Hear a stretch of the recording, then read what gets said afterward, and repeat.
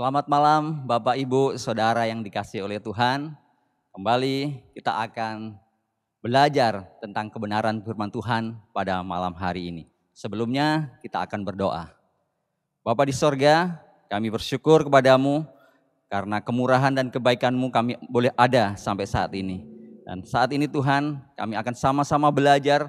Kiranya Tuhan, Roh-Mu yang akan mencerahkan kami, membukakan hati kami, pikiran kami, sehingga apa yang kami pelajari pada malam hari ini Tuhan, itu menjadi kekuatan yang baru di dalam hidup ini untuk menjalani kehidupan yang ada. Terpujilah nama-Mu Tuhan, dalam nama Tuhan Yesus kami berdoa. Haleluya, amin. Puji Tuhan, Bapak Ibu Saudara yang dikasihi oleh Tuhan. Renungan kebenaran firman Tuhan pada malam hari ini terambil di dalam kitab Yosua, pasal yang kedua, ayat yang pertama sampai ke 24.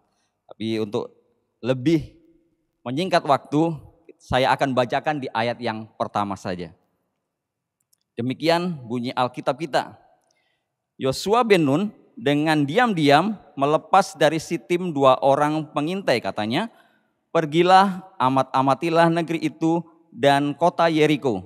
Maka pergilah mereka dan sampailah mereka ke rumah seorang perempuan sundal yang bernama Rahab, lalu tidur di situ.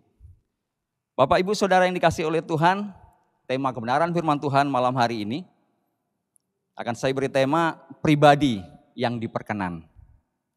Dan kita akan belajar tentang kisah Rahab ini. Saya rasa semuanya sudah pasti tahu dan hafal tentang cerita ini. Jadi ketika orang Israel sudah masuk menyeberang dan sungai Yordan itu, dan sekarang mereka mau mengamat-amati negeri itu. Yosua sebagai pemimpin yang menggantikan Musa, dia mengutus 2 orang untuk mengintai negeri itu, kota Yeriko. Dan akhirnya mereka sampai kepada seorang yang bernama Rahab. Dan jelas Alkitab mengatakan bahwa perempuan ini adalah perempuan sundal. Artinya perempuan yang kelakuannya tidak benar menurut masyarakat yang ada. Dia adalah sampah menurut penilaian masyarakat. Rahab. Tetapi kita akan belajar dari kisah Rahab ini. Bagaimana Rahab yang dianggap sampah oleh masyarakat itu akhirnya nantinya menjadi satu pribadi yang dapat diperkenan oleh Allah itu. Dan kita pun ingin seperti itu. Kita pun yang dulunya adalah sampah-sampah yang dipungut oleh Allah sendiri, yang sudah dimerdekakan oleh Allah dari belenggu dosa itu, menjadi satu pribadi yang baik. Dan tentunya kesempatan yang baik itu, yang sudah dimerdekakan itu, kita pakai untuk apa? Melalui kisah Rahab ini, kita akan belajar bagaimana menjadi pribadi yang diperkenan oleh Allah. Pribadi yang diperkenan itu. Yang pertama, dari kisah Rahab ini, kita akan belajar yang pertama, bahwa Rahab berani mengambil resiko. Rahab berani mengambil resiko. Ada di ayat yang ke-6, di sana dikatakan demikian. Ayat ke-6, tetapi perempuan itu telah menyuruh keduanya naik ke sotoh rumah dan menyembunyikan mereka di bawah timbunan batang rami yang ditebarkan di atas sotoh itu. Jadi ketika pengintai-pengintai ini masuk ke Yeriko, dia masuk ke rumah Rahab, dan ternyata utusan-utusan Raja Yeriko tahu bahwa ada orang yang masuk ke rumah Rahab ini untuk mengintai kota ini. Dan mereka ingin mencari orang ini supaya mereka dapatkan dan diserahkan ke Raja Yeriko. Tetapi Rahab dengan beraninya menyembunyikan 2 utusan ini di bawah jerami, timbunan jerami. Artinya apa yang dikerjakan oleh Rahab ini resikonya besar. Kalau dia ketahuan, jelas hukumannya mati. Resiko yang diambil sangat besar. Tapi Rahab berani mengambil itu. Dia menyembunyikan utusan itu. Dan berani berkata kepada utusan itu. Bahwa utusan raja ini, bahwa utusan-utusan orang yang datang itu memang datang. Tapi mereka sudah pergi. Resiko yang diambil begitu besar. Dan walaupun akibatnya pasti kematian yang didapat. Tapi apa jadinya? Ini yang dilakukan oleh Rahab. Demikian juga dalam kehidupan kita. Banyak resiko yang diperhadapkan kepada kita. Ada pilihan-pilihan dalam kehidupan kita yang harus kita pilih. Dan memang dalam hidup kita adalah pilihan. Dan kita harus memilih yang benar di antara pilihan-pilihan. Walaupun itu memiliki resiko yang besar. Ada sebuah lagu, sekolah minggu lagu lama mengatakan bahwa di dalam dunia ini ada dua jalan, lebar dan sempit. Mana yang akan kau pilih? Yang lebar api dan jiwamu mati, tapi yang sempit jiwa kita akan mengalami glory, mengalami kemenangan. Tapi tentunya pilihan kita itu mengandung resiko. Jelas kalau kita memilih jalan yang lebar, resikonya, akibatnya kematian. Tetapi kalau kita memilih jalan yang sempit, resikonya berat. Sempit, berkerikil, berbatu-batu, mungkin berduri-duri. Memang tidak enak. Dan itu yang harus kita pilih. Resikonya itu. Hidup kita pun demikian. Di tengah-tengah profesi kita. Di tengah-tengah pekerjaan kita. Di tengah-tengah dunia kita. Apapun dunia yang saat ini kita geluti. Resiko diperhadapkan kepada kita. Mana yang harus kita pilih? Profesi kita dituntut untuk bekerja dengan baik. Tetapi seringkali ada iming-iming yang diperhadapkan kepada kita. Kitakah mau mengambil itu? Kejujuran apa ketidakjujuran? Kalau kita mengambil kejujuran, mungkin kita akan ditinggalkan oleh teman-teman kita. Mungkin kita akan mengalami hal-hal yang tidak enak di dalam diri kita. Dan itu yang harus kita terima.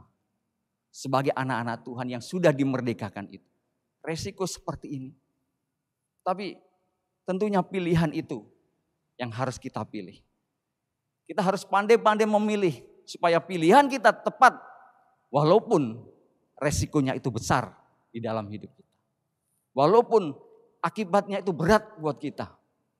Mungkin kita ditinggal teman-teman kita. Mungkin kita tidak memiliki jabatan yang bagus. Mungkin kita ditinggalkan oleh pelanggan-pelanggan kita. Tetapi saya harap pilihan yang tepat itu yang akan kita pilih. Dan itu yang akan membawa kita menjadi pribadi yang diperkenan oleh Tuhan. Hal yang kedua, bagaimana Rahab ini menjadi pribadi yang diperkenan oleh Tuhan. Hal yang kedua, dia beriman kepada Allah yang benar. Beriman kepada Allah yang benar. Ada di ayat yang ke-9 sampai 11, di sana dikatakan demikian. 9 sampai 11, tetapi sebelum kedua orang itu tidur, naiklah perempuan itu mendapatkan mereka di atas sotoh dan berkata kepada orang-orang itu, aku tahu bahwa Tuhan telah memberikan negeri ini kepada kamu dan bahwa kengerian terhadap kamu telah menghinggapi kami dan segala penduduk negeri ini. Gemetar menghadapi kamu, sebab kami mendengar bahwa Tuhan telah mengeluarkan air laut teberau di depan kamu ketika kamu berjalan keluar dari Mesir, dan apa yang kamu lakukan kepada kedua raja orang Amori yang di seberang sungai Yordan itu, yakni kepada Sihon dan Og yang telah kamu tumpas. Ketika kami mendengar itu, tawarlah hati kami dan jatuhlah semangat setiap orang yang menghadapi kamu, sebab Tuhan Allahmu ialah Allah di langit di atas dan di bumi di bawah. Beriman kepada Allah yang benar. Di Kanaan banyak ilah-ilah yang disembah oleh orang-orang Kanaan. Tentunya mereka sudah bergulat dengan ini. Sudah lama mereka menjalani kehidupan seperti itu. Dan tentunya juga Rahab menjalani itu. Tetapi ketika Rahab mendengar berita bahwa ada sekumpulan orang, sekelompok bangsa atau bangsa yang keluar dari Mesir dan dipimpin oleh Allah yang benar, di mana Allah itu mengeringkan laut Teberau, di mana Allah itu memberikan satu kemenangan kepada bangsa ini. Itu yang Rahab dengar. Dan disitulah imannya timbul. Dan dia beriman kepada Allah yang disembah oleh orang Israel. Allah yang sudah memberikan kemenangan. Allah yang sudah membuka jalan keluar buat bangsa Israel. Itu sekarang yang diimani oleh Rahab. Rahab bergeser imannya dari menyembah ilah-ilah yang tidak diperkenan, Allah-Allah yang tidak benar, sekarang kepada Allah yang benar itu. Yahweh itu. Dan itu yang diharapkan dia memiliki kemenangan dalam hidupnya. Dan memang benar ketika dia beriman kepada Allah yang benar, kemenangan demi kemenangan pasti dia akan terima. Demikian juga dalam kehidupan kita Bapak Ibu Saudara yang dikasihi oleh Tuhan. Biarlah kita memiliki iman yang benar. Kalau kita sudah dimerdekakan dari belenggu dosa, maka tetap pegang iman itu. Hanya di dalam Yesus Kristuslah ada jaminan keselamatan itu. Tidak ada ilah lain, tidak ada yang sanggup memberikan keselamatan kepada kita selain daripada Yesus Kristus. Miliki iman yang benar itu, iman di dalam Yesus Kristus. Jangan miliki iman kepada harta kita, jangan miliki iman kepada kekayaan kita, kepada intelektualitas kita, tetapi iman di dalam Yesus Kristus. Yang ketiga, bagaimana Rahab bisa diperkenan oleh Allah menjadi pribadi yang berkenan? Dia taat. Taat ayat yang ke-21, di sana dikatakan demikian. Perempuan itu pun berkata, seperti yang telah kamu katakan demikianlah akan terjadi. Sesudah itu dilepaskannya orang-orang itu pergi, maka berangkatlah mereka. Kemudian perempuan itu mengikatkan tali kirmisi itu pada jendela.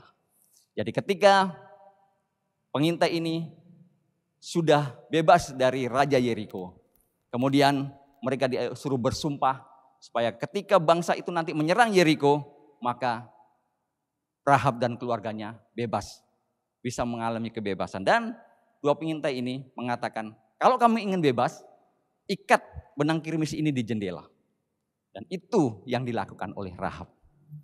Ketika pengintai keluar, dia mengikatkan tali kirmisi itu di jendela. Dan akhirnya ketika orang Israel menyerang Yeriko, Yeriko dikalahkan, tetapi Rahab dan keluarganya diselamatkan. Karena dia taat. Dia taat melakukan apa yang diperintahkan oleh pengintai-pengintai ini. Dan itu yang dia dapatkan.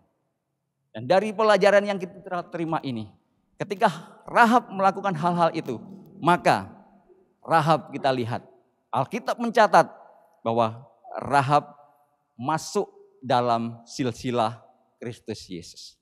Dalam daftar silsilah Kristus ini ada nama Rahab di dalam Matius 1 ayat yang ke-5. Di dalam Ibrani dicatat bahwa dia adalah pahlawan iman. Ibrani 11 ayat 31 mencatat, Rahab menjadi pahlawan iman. Ini satu apresiasi yang diberikan Allah kepada orang-orang yang benar-benar berkenan di hatinya Allah. Kemerdekaan yang Allah beri, baiklah kita gunakan untuk menjadi pribadi yang diperkenan. Melalui pelajaran Rahab ini, bagaimana kita menjadi pribadi yang berkenan. Yang pertama, berani mengambil resiko. Apapun resiko itu walaupun berat, kita terima. Asalkan kita hidup benar di hadapan Tuhan. Yang kedua, beriman kepada Allah yang benar. Satu-satunya jalan kebenaran adalah Yesus Kristus yang memberikan keselamatan kepada kita. Di luar Yesus tidak ada keselamatan. Dan yang ketiga, taat. Apa yang menjadi perintah Tuhan, apa yang menjadi maunya Tuhan, itu yang harus kita taati. Supaya apa? Supaya kita benar-benar menjadi pribadi yang diperkenan oleh Allah. Puji Tuhan, ini kebenaran firman Tuhan yang kita bisa pelajari pada malam hari ini dan kita berdoa. Bapa di sorga, bersyukur kepadamu malam hari ini kami belajar tentang kebenaran firman-Mu kembali. Biarlah Roh Kudus yang mencerahkan kami sehingga menjadi pelaku-pelaku firman-Mu. Tuhan tolong bangsa kami, memberkati bangsa kami, pemimpin-pemimpin bangsa kami, juga memberkati gereja ini Tuhan, GBD Efrata. Baik gembala dan sidang jemaat semua diberkati oleh Tuhan. Sehingga mereka terpelihara di dalam kemurahan-Mu. Dalam nama Tuhan Yesus Kristus kami berdoa mengucap syukur. Haleluya. Amin.